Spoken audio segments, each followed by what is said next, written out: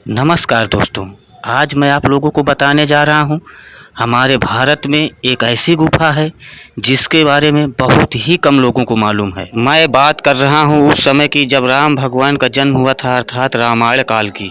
बाली के गुफ़ा के विषय में जब वैज्ञानिक लोग बाली के गुफ़ा में घुसे, तो उसके अंदर जो चीज़ें मिली उसे देख कर के बहुत ही अचंभित हो गए।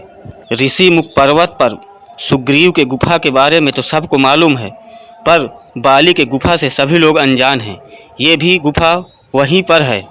जब वैज्ञानिकों को मालूम हुआ कि यहाँ पर एक गुफा और है, तो उसके अंदर गए और उसके अंदर जा कर के जब उन्हें सर्च में कुछ ऐसी चीज़ें दिखाई दी, तो उनको ये मालूम हो गया कि ये बाली का ही गुफा है।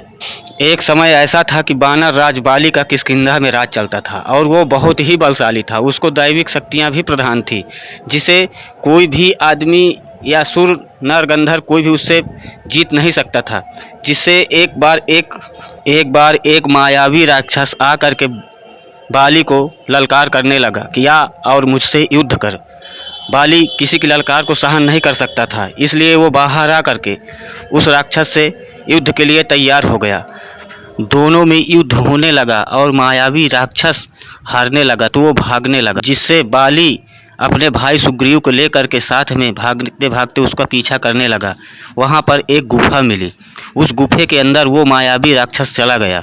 तो सुग्रीव को बाली ने कहा कि मैं अंदर जा कर के इसको ढूंढता हूँ, और जब तक मैं बाहर ना आ जाऊँ तुम यहाँ से कहीं जाना नहीं। वो गुफा बहुत बड़ी थी। अंदर ढूंढते ढूंढते 1 साल बीत गए और दोनों में अंदर भयंकर युद्ध होने लगा। जब भयंकर युद्ध हो रहा था तो मारपीट में खून निकलने लगा और वो खून गुफा के बाहर आ गया। खून देख करके सुग्रीव को ऐसा लगा कि मेरा भाई बाली का वध हो गया और अब मेरा भाई बाली नहीं रहा, तो कहीं ऐसा न हो कि ये राक्षस बाहर आ करके मेरे राजपाट में आक्रमण कर दे।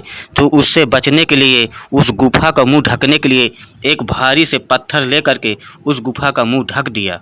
और बाली जब उसका वध करके बाहर की ओर निकला तो देखा कि गुफा का मुंह पत्थर से ढका हुआ है।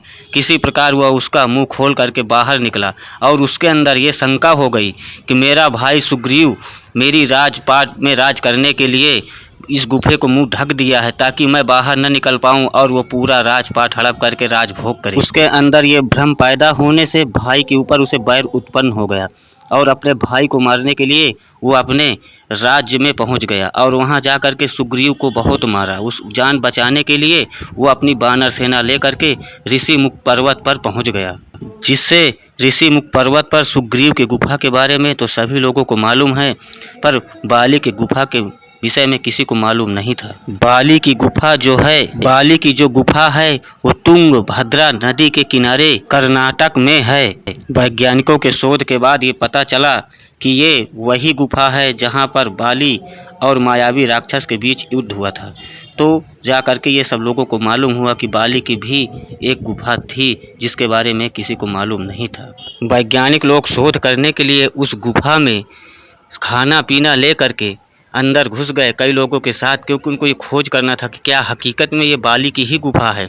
अंदर जा कर के उनको कुछ ऐसे रहस्यमयी चीज़ें मिली, वहाँ पे कुछ ऐसा लिखा पढ़ा मिला जिससे कि ये साफ साफ शब्दों में स्पष्ट हो गया कि ये बाली की ही गुफा है और यहीं पर मायावी राक्षस के साथ युद्ध हुआ था, जब सुग्रीव ने उस पत्थर को ला करके उसका मुंह ढक दिया था। वहाँ की जो लिखावट थी, जब शोधकर्ता लोग उसका शोध किए तो इसे मालूम हुआ कि आज से कई हजार वर्षों पहले जब यहाँ पर बानरों का राज था, तब ऐसे लिखावटों का प्रयोग किया जाता था, जिससे कि बानर लोग वही शब्द लिखा करते थे। बहुत ही शोध में ये मालूम हुआ और जिससे ये साफ शब्दों में स्पष्ट हो गया कि यहाँ पर कभी बाली का राज था और ये गुफा में आकर के बाली का युद्ध हुआ, जिसमें नाखून है और कई ऐसे चीज़ें वैज्ञानिकों को मिले, जिससे कि ये वो लोग संतुष्ट रूप से पूर्ण रूप से संतुष्ट हो गए और उनको ये मालूम हो गया कि ये गुफा बाली का ही है। वहाँ पे जो भी मिला उसे देख करके वैज्ञानिक लोग ये स्पष्ट कर दिए कि ये गुफा बाली की ही है और यहीं पे मायावी राक्षस के साथ बाली का युद्ध हुआ था। तो दोस्तों, अगर आप लोगों को मेरी वीडियो अच्छी लगी हो तो कृपया मेरे चैनल को सब्सक्राइब कर लीजिएगा और बेल आइकन को प्रेस कर दीजिएगा, जिससे मेरे वीडियो का पहला नोटिफिकेशन आप लोगों तक पहुंच सके। धन्यवाद।